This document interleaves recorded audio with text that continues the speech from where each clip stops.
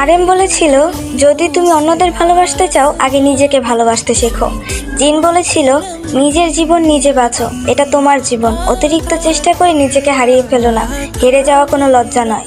সুগা বলেছিল, ভয় পেও না, নিজের জন্য দুশ্চিন্তা করো না, পৃথিবী ভেঙে পড়লেও তুমি যথেষ্ট।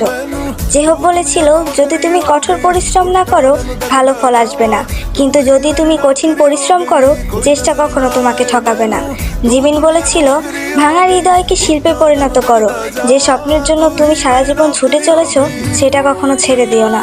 ভি বলেছিল, অন্য কারো স্বপ্নের ভেতর নিজেকে আটকে রেখো না, চাওয়া পাওয়া বা সমাজের চাপের মধ্যে নিজের স্বপ্ন হারিয়ে ফেলো না, নিজের সত্যিকারের ইচ্ছা বা লক্ষ্য অনুসরণ করাই সবচেয়ে গুরুত্বপূর্ণ।